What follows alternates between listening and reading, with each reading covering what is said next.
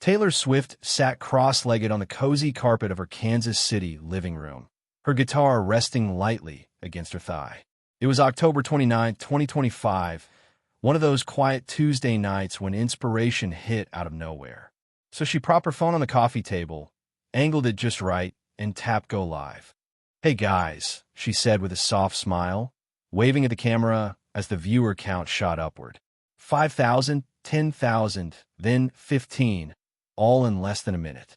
"I'm just working on some new music and thought it'd be fun to hang out for a bit." The comments section exploded immediately. Heart emojis, questions, fans typing in 5 different languages, people asking about the album, the wedding, and, of course, Travis. "Travis is at practice," Taylor answered with a laugh. "He'll be home soon. And yes, wedding planning is going great. Thank you for asking. 5 months to go. It's getting real." She strummed a soft melody she'd been working on, letting the sound fill the room. "I've been thinking a lot about family lately," she admitted. "About healing old wounds, making new traditions.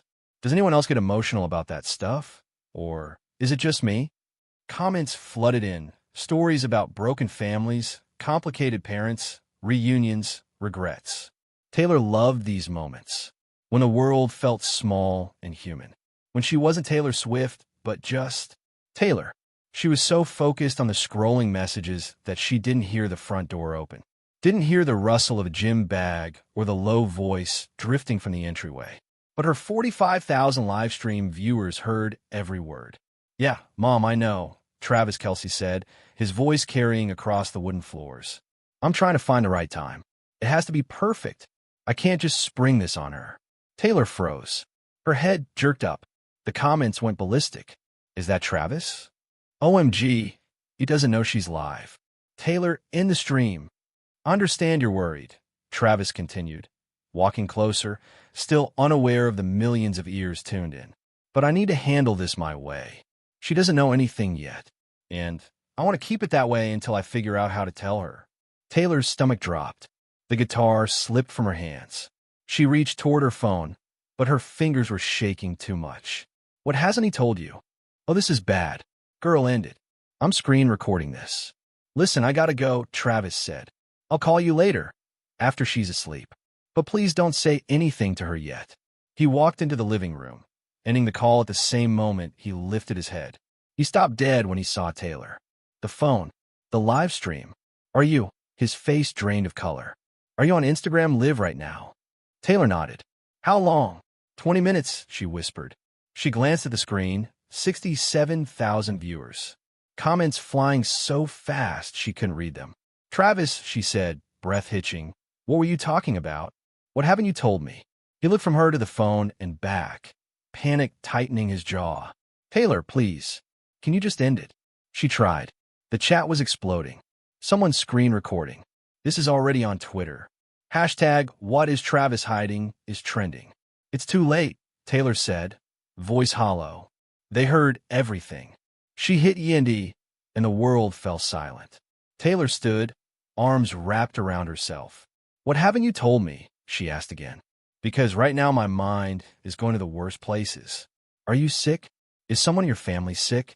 Are you having second thoughts about the wedding?" "No," Travis said instantly. "God, no. It's nothing like that." "Then what?" "It's complicated." "I don't want complicated, Travis. I want the truth." He swallowed. Hard. "I'm planning something," he said quietly. "Not hiding something. Planning." Her heart pounded. "Planning what?" He hesitated. And in that moment, the quiet, the tension, the echo of 67,000 strangers listening in, Taylor felt the night shift into something she would never forget. Taylor didn't sit. She couldn't. Her pulse was pounding in her ears, her breath sharp and uneven. "Travis," she said, her voice trembling, "tell me what you were planning. Right now." He exhaled slowly, rubbing the back of his neck, a nervous habit she knew too well. "Can we sit down for this?" "I don't want to sit down," Taylor shot back. "I want answers." Travis nodded, accepting it.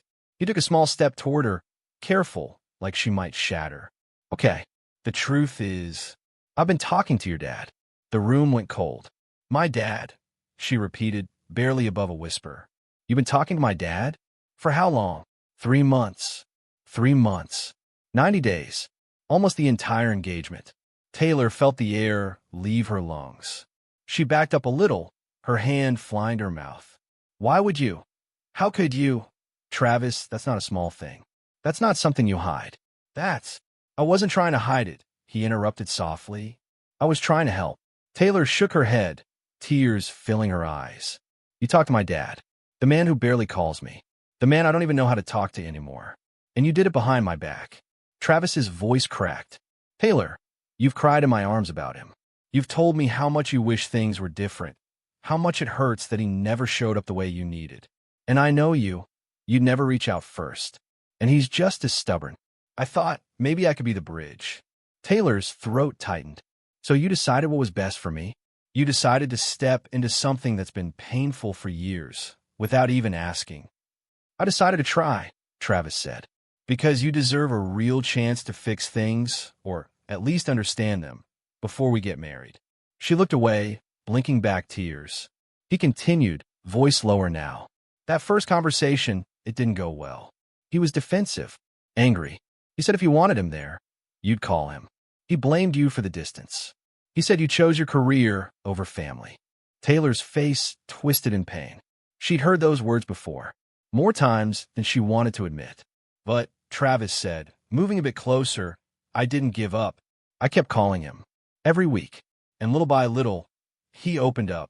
He started talking about you. Not Taylor Swift. You. Taylor didn't breathe. He told me, Travis said gently, that he's proud of you, that he watches every interview, reads every article, keeps a scrapbook he's never shown anyone, that he regrets not being the father you needed. Stop, Taylor whispered, her voice breaking. But Travis wasn't saying it to hurt her. He was saying it because it was the truth she'd never been brave enough to face. You don't understand, Taylor said through tears. My dad was always there, and never really there. He loved the version of me that performed. But the real me? The girl who wanted a father she could call without scheduling it through an assistant? He never made time for her. I know, Travis said. I know I'll never fully understand that pain. But I also know he wants to do better. He told me he wants a chance. Taylor paced the room, wiping her face, trying to breathe. And you're just planning to tell me someday? At some perfect moment. Meanwhile, the internet thinks you're hiding a baby or calling off the wedding. That wasn't the plan. Travis almost laughed bitterly. You doing an Instagram live was not part of the plan. Despite everything, Taylor let out a choked laugh through her tears. Yeah, well, maybe don't walk in the house loudly confessing secrets next time. Travis stepped closer, carefully lifting her chin. Taylor, I'm not trying to fix your family. I just want to give you the chance to heal something I know has been hurting for years. Nothing more, nothing less. And what if I didn't want that chance? She whispered. What if I wasn't ready? Then I'd support that, he said. All of it. Whatever you decide. I just didn't want you to walk down that aisle with regrets you didn't have to carry. Taylor closed her eyes. For a moment, silence. Then she whispered, what else have you talked about? What else didn't you tell me? Travis didn't hesitate. Here, he held out his phone. Read everything. She stared at him, at the honesty, the fear, the love in his eyes, then took it. Hundreds of messages. Dozens of late-night conversations. Stories, apologies, hopes, small breakthroughs. Her father asking, do you really think she'd want me there? Travis answering, she wants her dad. She's just scared to admit it. And her father writing, I'd never hurt her again. I just need a chance. The phone blurred as tears filled her eyes. Taylor looked up at Travis, breath unsteady. This is a lot. I know, he said softly, but you don't have to go through it alone. Taylor stared at Travis's phone for a long moment, the messages blurring as her emotions churned. She felt raw, exposed, like someone had peeled back layers she'd spent years carefully protecting. She wiped her eyes with the back of her hand, breathing shakily. My notifications are blowing up, she murmured. Her phone kept buzzing endlessly beside her. Instagram comments, texts from friends, Twitter mentions spiraling out of control. Travis watched her anxiously. What do you want to do? Taylor swallowed hard. I want to talk to him. Now. I need to hear him say these things himself. Travis nodded immediately. No hesitation, no pressure, just support. He opened his contacts and handed her his phone. Scott Swift. Her father's name felt heavy in her hand, like it carried 10 years of unsaid words. Taylor stared at the screen, thumb hovering over the call button. What if he doesn't answer? He'll answer, Travis said quietly. He's been waiting for this. Her heart hammered against her ribs. Then, she pressed call. The ringtone filled the living room, echoing through her bones. Once, twice, 3 times. Travis, her father answered. Taylor's breath caught. No, Dad, it's me. Silence. Then a sharp inhale, the kind you hear when someone breaks. Taylor? Sweetheart. Her knees nearly gave out. Yeah, Taylor whispered. It's me.